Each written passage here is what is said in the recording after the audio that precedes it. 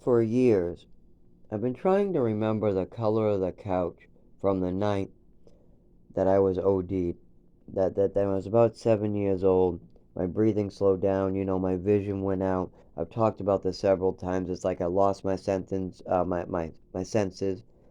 It's like I lost the ability to speak. I lost the ability to walk. I lost the ability to talk. I couldn't quite see properly. Eventually, I couldn't see at all because I lost consciousness. My breathing was slowing down. And when I think of that night, I remember that night very well. It's burned into my memory. We were supposed to watch a movie. My mother gave me pills right before the movie. I sat down in the middle of the carpet. I'm in Westford. There's wooden paneling looking or something wood pattern to my left. My father is to my left in either like a love seat or a recliner. I think it was like a reclining chair or armchair. A really thick one, really padded. I remember him sitting there. It could have been a two-person couch or a small couch too, but the couch that my mother was on was longer. It was like a three-person, four-person couch. When you're only 5 or 7, it seems much bigger. Plus, this was many years ago, and I was, losing my vision, and this is a very traumatic night. But I want to say the couch was either green or pink. I want to lean towards pink, but I cannot put my vision on the color of the couch. I can see the couch. I can see her. I can see her get off the couch to get the phone. I remember her going into the hallway, and then I remember her coming out. And when she came out, I remember these words: "They don't know what they're talking about." And then I remember being out for the count, waking up never the same. So, and I remember there being Batman Mr. Freeze on the TV before my vision went out. I was watching Batman Mr. Freeze on the television, and then I don't know how long we got into the movie, but before the movie was over, boom, I can't see. My vision's out. And then I go to ask for help from my mother. Can't talk. Can't talk one bit. Not one bit. I am mumbling like an idiot, trying to talk at 5, 7 years old, but it's not normal. It's the drugs. It's what happens when you OD. It's the same speech that happens when you give a person an overdose. It happens to most people, and that's what happened that night. It's very clear to me now because I've experienced other people who have overdosed, and I've experienced drug myself.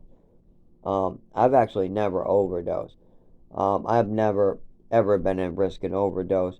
I mean, yeah, they like to try to give us homeless people heroin on the street, who use heroin on the street, big doses of Narcan. They'll see you on a bench sleeping, and they'll walk over, call the police, give you Narcan. They'll see you sleeping in places. They will.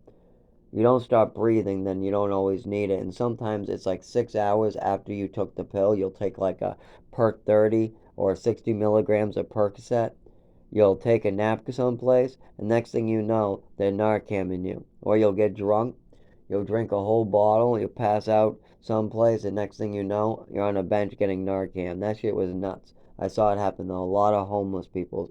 But I gotta continue describing the story of that night. I'm going off track to give my mental sanity a little break, splitting that into two. I've gone over it several times, but I need more detail. I need this to be as detailed as possible. So there's Mr. Freeze on the television. I got 2 minutes to try to describe the rest of this. So I got Mr. Freeze on the television. My father's on the left. I start crawling over to the left of newspapers. I just can't feel the floor. I can't feel anything in my hands. I'm trying to get over to my father. And I remember making out newspapers. Now, I'm crawling and I'm laying down. So literally the newspapers are in my face. It could have been magazines too, but I was definitely on top of some type of papery floor because I remember waking up on it too. When I woke up, I did have better vision, but I was on newspapers and I still was having trouble with my body, just not as much as when I was passed out. And I have no clue how long I was out for. At this at this point, on these pile of newspapers, I pass out. My mother walks in, says, "They don't know what they're talking about." Boom, I'm out. I don't remember my father asking or talking to her very much, but something could have happened while I was out. I don't know that part. I remember waking up and having a serious problem. Well, I can describe the newspapers, I can describe the floor, maybe the wooden siding. I do remember seeing some wooden siding against one of the walls or something. I don't know. Maybe it was just a bureau or something, but I remember there being some like wooden paneling or something. And then I remember this was in Westford. This is a farmhouse.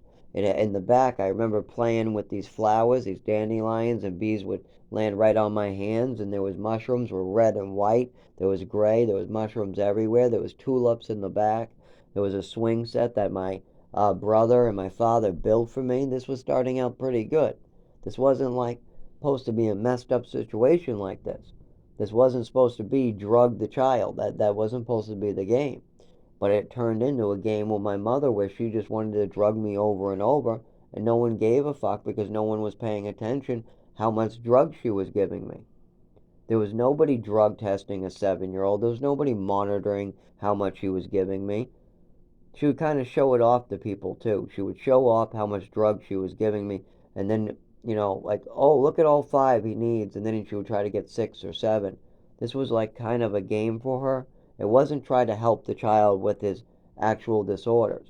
She would try to make stuff up at the doctor's, push it, try to make a narrative, push it, try to make a narrative, push it. It became kind of like a game for her, and it was a scary game. It was scary for my health. There were several times. I mean, extra Epicac.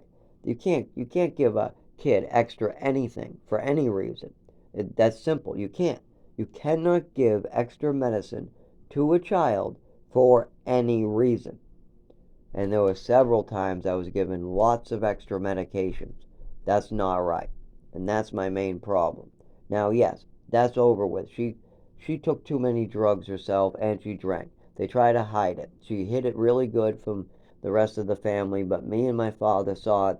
Even when her liver was failing, it was right in front of him. He can't deny it. If he ever tries to deny that she had a problem drinking, I just bring up 20% of her liver was dead, and the first thing she did was drink. I mean, I literally had to come over and tell you that that was a problem. And you just were allowing that. That's alcoholic right there. I know a big problem when I see one. I'm an addict expert. I am. I've gone through like 8 years of schooling for addiction. And I'm sober right now because I spent a lot of time paying attention to these classes. And what I was exhibiting in my mother was a combination of addiction and mental illness. And when you have addictions like hers, it's your liver that goes. And she had access to lots of pharmaceuticals as a nurse. Lots of pharmaceuticals. And she came from an era where painkillers were common, as well as she had access to prescriptions that maybe my father didn't want. My father did not want pain meds at all. I wonder if my mother had the same sentiment. I don't know, but she sure as hell wanted my pain meds. I caught her with her hand taking my Vicodin. Vicodin that was for headaches I was prescribed for, and she was taking my Vicodin. That shows another problem. I mean, these are problematic behaviors in a grown adult in her 60s. I mean, well, 50s and 60s. I'm a child. I was a teenager. I'm trying to learn how to act, and this is not it. And now I do.